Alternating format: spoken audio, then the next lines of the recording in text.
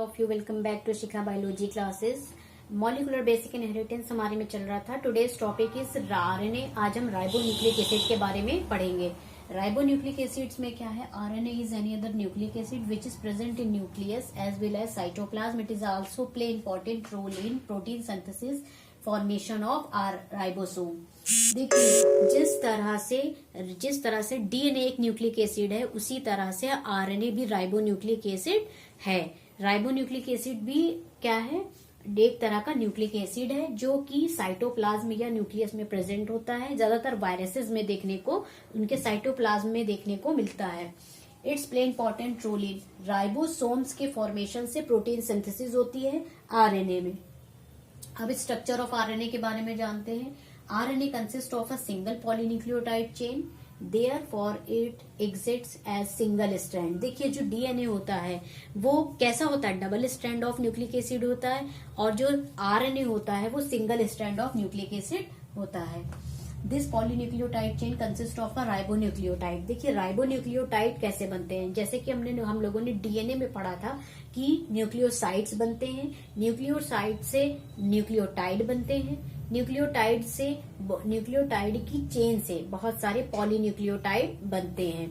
Polynucleotide अगर बन रहे हैं डीएनए में तो वो डीऑक्सी राइबोन्यूक्लियोटाइड कहलाएंगे। अगर आरएनए में बन रहे हैं तो वो राइबोन्यूक्लियोटाइड कहलाएंगे।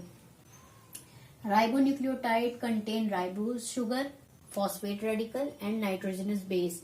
तो इसमें क्या है? राइबोन्यूक्लियोटाइड में फॉस्फेट शुगर भी होती है, राइबोज शुगर, फॉस्फेट रेडिकल और नाइट्रोजनस बेस होते हैं। डीएनए में जिस तरह से होते हैं उसी तरह से आरएनए में भी होते हैं, जो कि आगे चल करके न्यूक्लियोसाइड और न्यूक्लियोटाइड बनाते हैं। न्यूक्लियोसाइड और न्यूक्लियोटाइड की चेन से पॉलीन्यूक्लियोटाइड बनती है। अगर डीएनए में बन रही है तो डीऑक्सी राइबोन्यूक्लियोटाइड, अगर आरएनए में बन रही है तो राइबोन्यूक्लियोटाइड। फिर क्या लिखा है? RNA does not follow Chargaff's rules. RNA जो होता है वो किसी भी तरह से चारगॉफ्स रूल्स को फॉलो नहीं करता है। क्यों? क्योंकि इसमें प्यूरिन और पिरामिडीन जो होंगे आपस में एक दूसरे के इक्वल नहीं होंगे। Nitrogenous base present in RNA nucleotide, adenine, guanine, cytosine, uracil. RNA की अगर हम बात करें तो इसमें प्यूरिन कैसे होंगे? एडनिन, ग्वानिन होंगे। और पिरामिडीन कैसे होंगे? साइटोसिन और यूरेसिल होंगे। ठीक है। और डीएनए में क्या होंगे? डीएनए में नाइट्रोजनस बेस होंगे प्यूरिन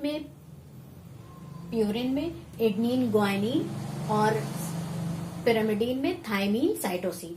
लेकिन इसमें क्या होता है? आरएनए में यूरेसिल होता है, थाइमीन अब्सेंट होता है। RNA does not follow Chargaff's rules, इसे मैंने पहले ही बता दिया है। अब हम यहाँ पर डायग्राम की सहायता से समझेंगे कि यहाँ पे एक रिंग बनी हुई है जिसमें फर्स्ट कार्बन पे नाइट्रोजनस बेस अटैच्ड होते हैं, और 5th to 3rd कार्बन पे कैसे होते हैं? फॉस्फेट रेडिकल अटैच्ड होते हैं with the help of फास्फोडाइएस्टर bond, जो आगे चल करके फास्फोडाइएस्टर लिंकेज कहलाते हैं, क्योंकि ये आपस में एक दूसरे से फास्फोडाइएस्टर बॉन्ड से लिंक रहते हैं, इसलिए इसे फास्फोडाइएस्टर लिंकेज भी कहा जाता है। टाइप्स ऑफ आरएनए, ये 3 टाइप ऑफ आरएनए होते हैं। Ribosomal RNA, rRNA, transfer RNA, messenger mRNA. Ribosomal RNA का काम क्या होता है? ये आरएनए में और डीएनए में 80 से 85% तक की, आरएनए में अगर हम बात करें तो इसमें राइबोसोमल आरआरएनए होता है, जिसको हम राइबोसोमल आरएनए कहते हैं। ये प्रोटीन सिंथेसिस में भाग लेता है।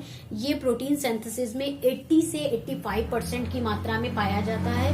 ये प्रोटीन सिंथेसिस क्या होती है? देखिए, प्रोटीन सिंथेसिस का मतलब है कि जो जेनेटिक मटेरियल, जिसे हम न्यूक्लिक एसिड कह रहे हैं, ये जेनेटिक मटेरियल में जेनेटिक इंफॉर्मेशन को जेनेटिक कोड के द्वारा सिंथेसाइज्ड करता है। उसमें बहुत सारे प्रोटीन बनाने का काम करता है, बहुत सारे अमीनो एसिड्स होते हैं जो ट्रांसफर आरएनए की सहायता से क्या करते हैं? लेने और देने का काम करते हैं, और उसी में ही प्रोटीन बनती है अमीनो एसिड से, और बहुत सारे पेप्टाइड बॉन्ड बनते हैं अमीनो एसिड्स में।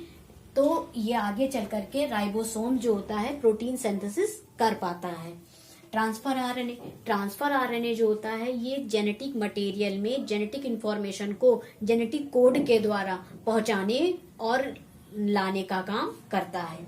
मैसेंजर एमआरएनए जेनेटिक मटेरियल में जेनेटिक कोड को, जेनेटिक इंफॉर्मेशन को जेनेटिक कोड में कन्वर्ट करके मैसेज के द्वारा पहुंचाने का काम करता है। देखिए बहुत सारे पॉलीपेप्टाइड की चेन बनती है जो अमीनो एसिड्स कहलाती है। अमीनो एसिड्स बनते हैं, अमीनो एसिड्स की चेन को क्या करते हैं, ये प्रोटीन बनाने में हेल्प करते हैं, मैसेंजर एमआरएनए में मैसेज देने का काम करते हैं। आई होप ये आपको अच्छे से समझ में आ गया होगा। मिलते हैं नेक्स्ट वीडियो में। मेरी वीडियो को लाइक शेयर जरूर कीजिएगा। Thank you so much.